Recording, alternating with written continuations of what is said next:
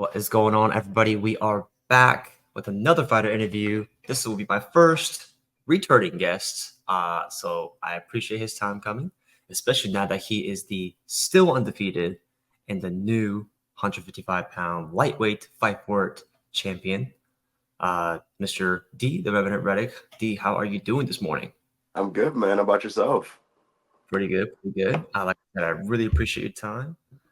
I love to get and talk to champs, and I'm honored to have you here, my friend. So, uh, watching the fight, as we talked about in the previous interview, there's a lot of heat going into it. There is some drama at the weigh-ins also. So, I'm gonna pass the mic off to you. How about can you give me the timeline of what you saw, what you were experiencing up leading up to the fight from the day of the weigh-ins? So day of weigh-ins was pretty funny. We get there. We had 8 guys that ended up competing that night, so we're all just sitting there. Everybody's like in line, and we're just waiting to weigh in because everybody's all hungry. Uh, Everything is getting done. We're going, and then I try to be the first one up just so I could just finally get something back in my system. And I step on the scale, and all of a sudden there's a familiar presence or disturbance in the forest as I feel Jacob behind me. So I step on the scale, I make weight 55.46, one of those, and then he steps on and ended up missing the first time, which it wasn't like a bad miss, it was like point 0.4, but it was enough for me to be like the irony. Like this guy came talking about me missing weight, being the weight bully, and you can't make weight for a weight class that you have to eat food to get up to. So it was just funny. So I gave him a little bit of like really like this guy, and they had us do the face off, and then I'm not gonna lie, I put my face in front of his, he shoved me. It is what it is. And then with all that heat, like I was like, whatever, man. It was fun. Uh, it kind of helped build it up just a little bit more. And after that, we were good. We went out and got something to eat, and then just started getting ready for the next day. Yeah, I see y'all do like team dinners post weigh-in. So talk to me about where you guys went. Is that like the spot y'all go to? Because it's a hometown show. So where did you guys go and what did you get? So it's so bad because I don't remember the name. That's how hungry I was. I wasn't even focused on the name. We've been to this place before for, I believe it was Keith's birthday. But we went out and got pizza, like straight after the weigh-ins. It was like the closest thing next to where we weighed in at. So we went out and got some pizza, just getting some carbs back into our body. A little bit before that, I did have like a little meal prep from my boy Wayne, just to get some of those easy carbs back in. But we did have pizza, and it was amazing. Usually Keith takes us before and after, before the weigh-in. Oh, sorry, not before the weigh-ins, after the weigh-ins, and also after a fight, just to celebrate like all the work you did to get here, and then after everybody's just kind of like reveling in whatever happened. Um, he does that, and I feel like each time, like it's just such like a deep bond within our team that like each time like it's just a little bit more special than the last. So I wouldn't say it matters so much about the location, but as long as we got everybody in there, it's always a great time. Yeah, it's funny you mentioned Wayne. So you shouted him out on your story, I think yesterday, talking about going from your walking weight to the weight that you're supposed to be weighing in at. Of course, you made weight as a professional and as a champ. But talk to me about how important it has been working with Wayne to help you get those weight cuts in.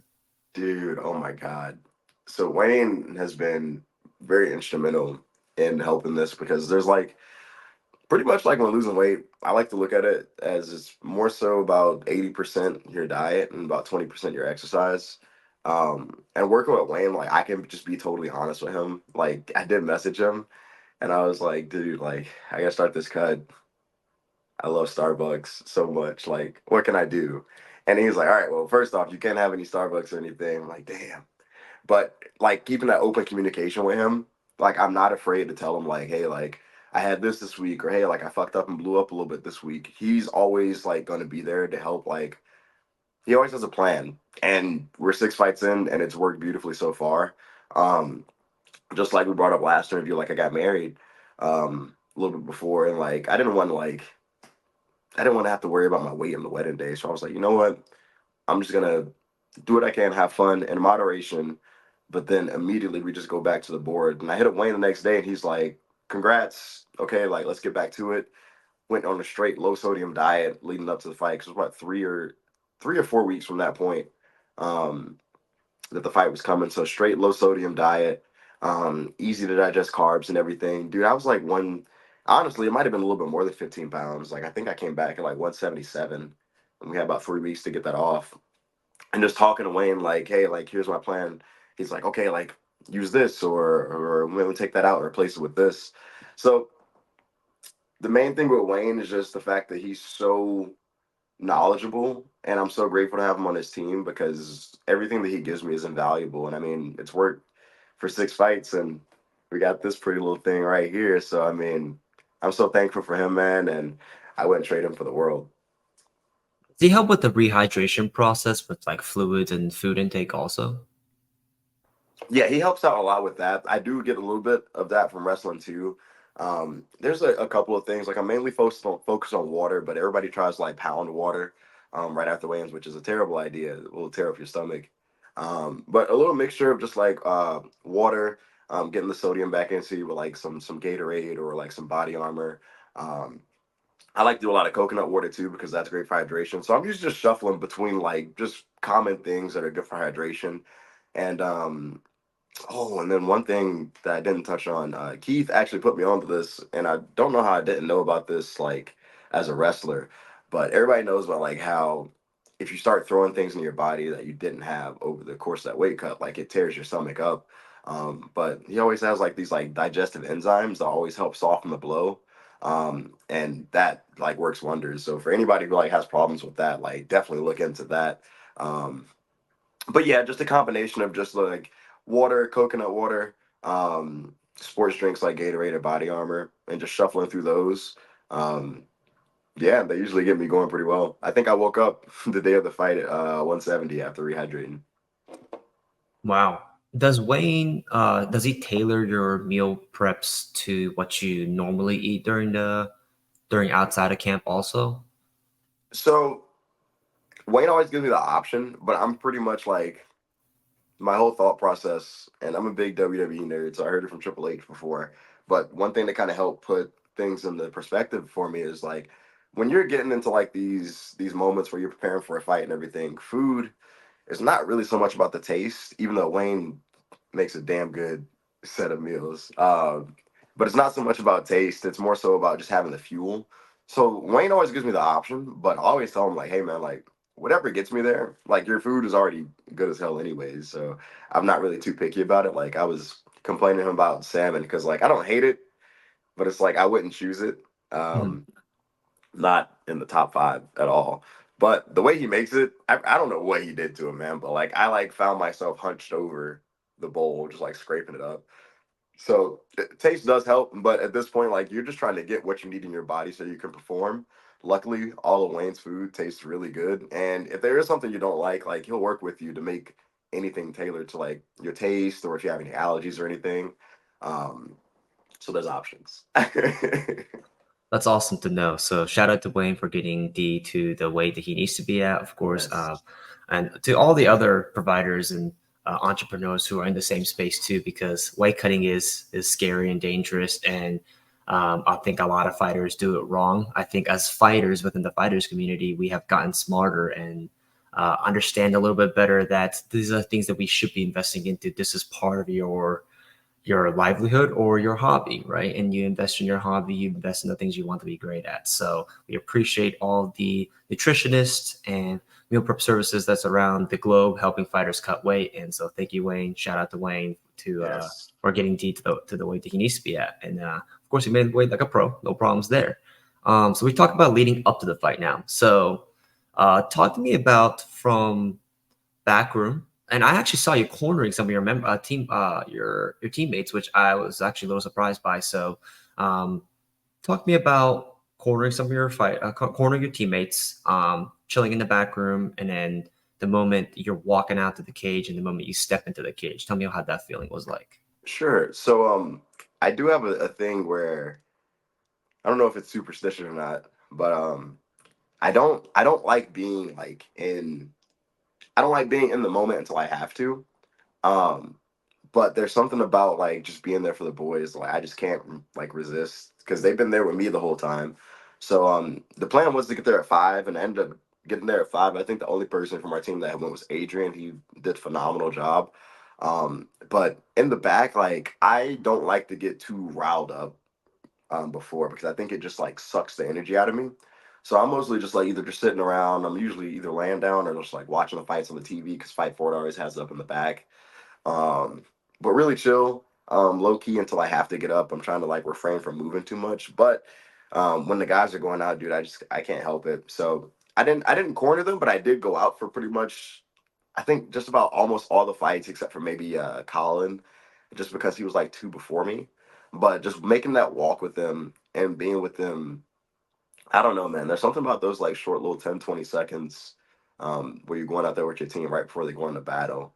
And you guys are just telling you how much they love you, like how much work you've put in everything. Like it means the world. So um, I think that's like something like it's like an unsaid thing. Like we don't really like that's not something that Keith says. It's just I feel like something that he's instilled in the culture where like you're gonna ride for your boys. So we're out there. So I'm coming out, dapping them up, hugging them up, and I'm going straight back to the back. And I'm just sitting down. I'm trying not to get riled up, but how can you not for your teammates? So on the back watching the TV and ended up going 6-2 with our guys. So that was pretty good. As we lead closer and closer, Shannon starts to wrap her hands. If nobody knows Shannon, she's one of the sweetest human beings in the world and will literally do anything for you, even if she doesn't know you, which is better than my cynical self. But shout out to Shannon for controlling the piece and everything back there. But you're getting your hands wrapped. We're getting ready to go. Colin before me, who absolutely moved like Conor McGregor almost in his debut fight, really helped me because he sent that energy from his fight over to my fight.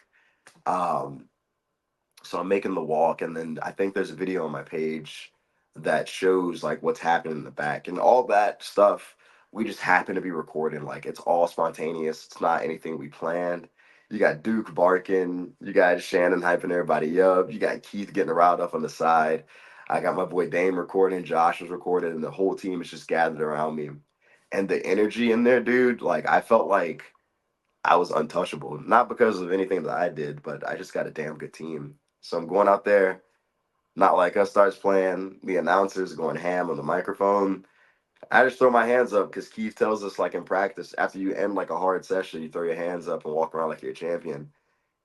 And just because that energy they gave me, I already felt like I was a champ. So I walk out there, throw my hands up, the music's playing, the crowd's going, and boom, man, we're just ready to step into the cage. I got goosebumps just telling the story again. Yeah, the setup for and shout out to Fight for this too, but the setup for the Raw Kill show looked significantly better than honestly a lot of their other shows. The venue looked awesome. I mean, I love how close everyone was to the cage and that kind of that it's like that layered seat approach. But if everyone feels so close to the cage and like they're seeing straight in, and they had a post fight interview podcast set up, dude, that was awesome. So that all looked really awesome. Talk to me about step into the cage. Jacob comes in, ref calls you in. Are you ready? Are you ready? Fight. Tell me what's going through your head, and then how were round 1 and 2?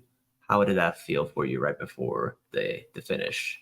um, so for the fight starting, I don't know why I did, but like I just didn't think I wanted to look at him. So I take my side, I go in the cage after I come in, and I'm just looking at my team. I got Keith, Duke, pretty sure we had Josh, and I can see Travis in the back and everything, but I'm focused on Keith and Duke. I don't like looking around just because I got a little superstition from wrestling. Um, Being in Parade of Champions, looking up just killed me. Like, so I never try to look at the crowd, everything. Um, so Keith and Duke are just telling me like that you put the work in, like you got this. We worked so hard for this. Let's go out there and have fun. Um, and then again, I felt like a little disturbance in the forest behind me when he walked in. It was just like staring at me, but like I'm just a cold, collected killer at that point. And then we get to the middle. You got referee Steven. He's always dope. He probably had enough of my shit that night, but he's always dope. Shout out to him. Uh, casual title fight introductions, respect yourselves. Uh, no low blows, the whole 9 yards. Touch gloves you want to. We're not touching gloves. And we both stepped back. We're staring at each other, dude. The energy in that room was insane. We both sprint to the center. Um, he started off with like a flying knee and then just like whatever. Got in the guillotine. And I was like, okay, like this is cool. Shove him off. And then after that, it's just like, go to work. And I don't really think too much. I kind of try to let my brain just to go a little numb. Keith calls it like he's just playing like the video game, so I let him. I'm just the character in the game, and he's the controller. So I'm just listening to him and Duke. And dude, first round I felt like that was probably like the best display of striking that I've shown in all 6 fights. But not because of anything of me. I just got a really good team, and everything that we practiced up to that point just came out. So I'd say it was pretty much all striking. Jacob let me believe that I had hands for a little bit because the way he was dropping, I thought I was getting knockdowns. But after like the third one, I was like, oh, he's rolling. He's rolling to his back. So I have faith in my I was about to say Muay Thai. I have faith in my jujitsu. Uh, but I just don't even want to play with this. And with all the beef about me just not being able to strike, I was like, let's stand up. So we're going back and forth. I'm telling him to stand up. Let's fight.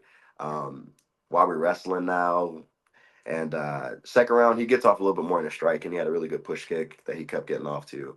Um, and him and his coach, I started realizing that he's going low with like the oblique kick, but he's just trying to bring me low so he can come back up high. Um, just pretty much that. Same thing from the first round. I'm still striking, but he's getting a little bit more. Um, in the midst of that, I think he's going 1-1, two to the body, and he's drawing me down for that big rear leg high kick, which he actually hit right before the double leg in the third round. Um, but just like the pressure, dude, it's just the pressure. I don't think many people know like what that pressure is, especially when you give somebody your best shot and they just give you this dumb looking face and keep walking forward to you. It just kind of like freaks people out. So I don't think he was ready for that. Um, third round we go into, everything's fine, and then I see that 1-1-2 he set up, and I was like, all right, next one, he drops his hands every time he throws. 1-1-2 rear high kick. I should have blocked it. I thought I blocked it, but on the video I did not block it. I ate that head kick, but for some reason just shot right into the double, picked him up, and we just let gravity do the work. Yeah, were you surprised when he came up and he was holding his elbow? Were you a little surprised by that, or? I I won't say that I wasn't surprised, but I do think whenever I picked him up and dropped him, I was just focused on getting back to standing up. But I did see that he felt a little awkward. However, I didn't see the extent of the Mhm. arm. I knew something was wrong 'cause he was holding it, but I didn't see the extent of it until I watched the video back. And like you can hear people, oh, he broke his arm, he broke his arm, and I think I realized a little bit before that, but I really didn't come to until I saw like the angle. Um, so after that, I was like, man, like I would have loved for it to go on longer, but dude, like that ended a storybook. Like I don't think, even though I wanted to get my hands on him more, like I don't know if there's a better ending to such a anticipated fight like that. Um, it was beautiful, man. I loved it, and then just sharing that moment, not only in the city that I fight for, but with my team, was absolutely bonkers, dude. Yeah, and of course, as you got the belt wrapped around your waist, the belt in the bottom right corner for the audience in the video there, what did that feel like? Obviously, you dreamt of this moment, and you knew this was going to happen to you. But what did it feel when it was actually being wrapped around your waist, and how did your corner react to that? Um, I think my corner knew that this was gonna happen before I did. Like, don't get me wrong, like we built the mindset that like you're going in there to be champ and there's no ifs, ands, or buts. But the reality of having the belt like wrapped around my waist was just like kind of, it was wild. Like I'm still getting used to it. Um, dude, I don't think I don't get me wrong, I've won things in wrestling and everything, and like regional scenes, regional championships and everything, but never like anything that felt as like this felt like I finally got like a little bit of redemption that I was looking for. Don't get me wrong, there's still more to come, but I don't know, man. It's just weird. Like I love the feeling. Like Marcelo wrapped that belt around me, and it was great. And I'm just feeling it. I'm holding it, but like it just, I'm still trying to let it sink in.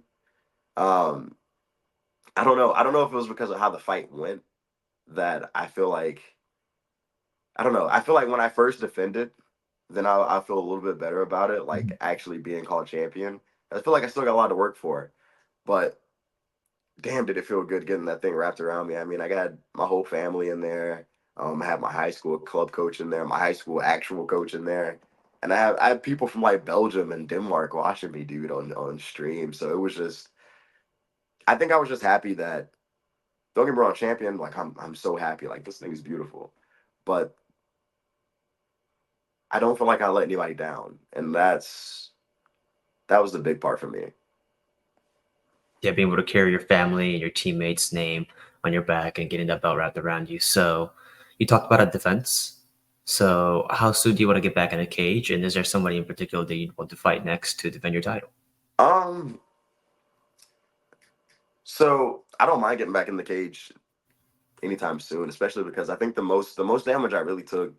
I mean, I had a little bit of a nosebleed, and not to downplay anything with Jacob. Like as many times I said I don't like him, but I got to give him a little bit of respect. He showed up. The kid got nasty. He's got a nasty head kick, and even though like in the video you can see me, although I'm blocking the head kicks wrong because I'm doing the Dustin Poirier where you come here, which you are not supposed to do. It's more so here and here. Um, I had a lot of that shin like right here, and it just swelled up. But we got that down. That was pretty much it. So no damage. I don't really. There's people that I'm interested in fighting, but um, I'm not really too interested in calling anybody out. Um, just like I said in the cage, like Keith makes all my fights. I'm never turned to fight down. So if anybody wants smoke, uh, you got business with Keith Richardson and you got business with Marcelo Rodriguez. However, although that's my professional answer, the fun answer is there's a couple of cats out there. Like if I'm thinking right now off the top of my head, um, Ethan Blevins would be a good fight, just because he's a wrestler, but he's a dog with it. Because he'll stand up with you, but he does really good with seamlessly transition from his strikes to his takedowns, and I don't think I've had that just yet, especially with somebody who's got that pedigree in him. So that'd be interesting. Um, I'm trying to think. Elijah Gardner would be cool too. I've trained with him though, so it'd be a little weird. Um, there's just so many good names in the Southeast, dude. Quincy Evans would be a good fight. Like I need to catch him before he goes pro. Um, yeah, there's a lot. There's a lot.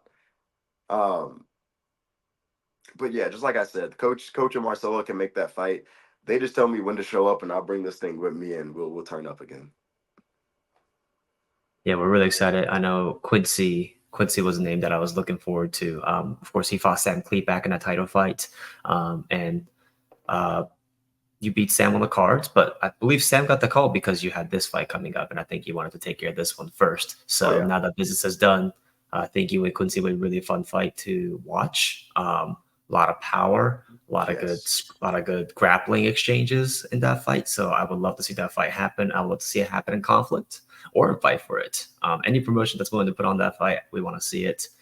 So all the Southeast promotion, make sure you get these guys fast because Quincy's busy and so is D. So make sure you guys get to them fast. Before we wrap up, I want to talk about a little bit about your future. So um, you talked about you're going to assess your future depend based on the performance of this fight. So here it is. Are you happy with your performance? And how does this performance change or does it change your future plans? as far as this performance, very happy about it. I think the striking was just fueled by the repetition and practice, but also just a lot of just hate. But I was very proud because like in the fight, like I was throwing stuff, and in my head I was like, this feels so sloppy. Like I feel like I'm throwing with like no technique. But I watch it back, and don't get me wrong, I'm still like a little disgusted by some of the things I did. But for the most part, like I feel like it was one of the best striker performances I put on. Um, there's little things, don't get me wrong, that I need to clean up. Like Jacob was throwing that head kick again, like we talked about. Like blocking like this is not good. I was actually a little bit upset with myself over that. But also the second round, if you go back, you'll notice that some of those striking exchanges where I was starting going from the body to the head and just finishing up top. Um, I didn't like how when I was coming in, at first I'm coming in here and I got my shells up, but then as I started landing more, and it's something we talk about in practice, I get a little excited. The chin lifts up a little bit, and I started just going here. This hand is nowhere near. So anything that he threw, he caught a couple like check hooks, and I think he caught me with a couple straights coming in. Um, yeah, I tanked through him that fight, but I feel like as we're nearing pro and being fight for a champion, I just feel like I need to uh, do a little bit better about just my technique. So that's something that I'm just being hard on myself about. Um, but yeah, the plans for the future is still pretty much the same. We still want to defend this. Fight for it's a great promotion, and I feel like I'd be doing it a great disservice if I just came in, took the belt, held it hostage, and went pro. There's too many guys in the Southeast I respect at 55 to do something like that, and there's too many people that fight for it, and on my team that I respect to do that. So, whenever we figure out who's the next guy in line, we'll duke it out, and we'll fight over this pretty little thing right here. But other than that, yeah, probably two more fights. The big one, which is coming up, where I can probably reveal that news, uh, and then we go pro, which is something. I'm still wrapping my head around that because I feel like it's only been like a year, man, like maybe a year and a half. So when Keith says things like that to me, I'm just like, I feel like I got a lot more work to do, but it is reassuring that somebody of Keith's stature and all the people on my team are like saying like these things because they feel like I can do it. So I might not I might have my reservations about it, but if I have these people on my team who have never let me wrong before, telling me that hey, like this is what you need to do, and people like you and the announcers that fight for it, and just everybody just in the MMA community in the Southeast saying that Dee Reddick should be going pro in a little bit. I mean, if you guys believe in me to do that, then hell, we'll do it. But we got to focus on finishing out this amateur career. It's 6-0 right now, but we always like to reset. You're always 0-0, and I have this belt. But if I go in there parading around looking at typology rankings or just accepting everything everybody tells me, this belt is as good as gone. And I'm not really trying to have that happen anytime soon. So constant improvement. And whenever the next guy steps up, we'll step up and we'll just go to war about it. Very well said, D. Before we wrap up, I'm gonna give you back the mic, and then you can get your shout outs in, my friend. I appreciate you. So I guess first off, I want to start by God, the light right there. Anyways, first off, I want to start by saying thank you to Victory Speaks. I made a post earlier, and it's true as hell, man. Those guys backed me before I even had a win to my name, and excuse me, just as hard as they were going for me, and they won, is as hard as they're going with me about this belt in the sixth fight. So it means a lot to me that a company that's growing like that, but just represents so much that I feel like we have a lot in common that we both kind of try to represent. So the fact that I have people like that on my team makes the whole world of a difference. Um, Combined with that, Wayne, dude, you're awesome. You're so damn awesome. I was 175 or 176 about 2 weeks out, and bro, we just got to work and we got that weight down. So thank you to you, man. He always says that like he's trying to do stuff to give back to us, but helping us get in the cage and feel good and stringing off 6 wins like that is more than enough. So thank you, Wayne. Everybody at Modern Warrior, Keith, Duke, Taylor, Shannon. I can go down the line, but I'd be up here for another 20 minutes. But if you don the black and yellow, or if you're just a proud supporter of us and you love that one team, one family chant, thank you so much. I felt your energy then at Fight For It, and I still do right now. So thank you guys for that. Besides like everybody else that supported me throughout the fight and still do continue to support this goofy little dude, thank you. But to Fight For It and Marcelo Rodriguez, dude, that was my first fight under you guys' promotion. It was a title fight. Um, and I just want to thank them for having faith in me to come in there and fight for the belt, give me the opportunity to go in there and fight for such a prestigious promotion. I mean, it's pretty much them in like conflict in the Southeast for MMA, I feel like. So shout out to him for just giving me the opportunity and all the staff at Fight For It. You guys were great. Um, Damn. And just to finish everything out, like I know this is sitting right here with me, but it's not a gimmick when I go on and I say these things. But dude, this title win for me is just title win for everybody who was there with me, because without them, this thing doesn't get wrapped around me, dude. Um, so if you support me, thank you so much. But we got a lot more fighting to do, so I hope you lock in with me so as we keep on going on forward. And yeah, that's it.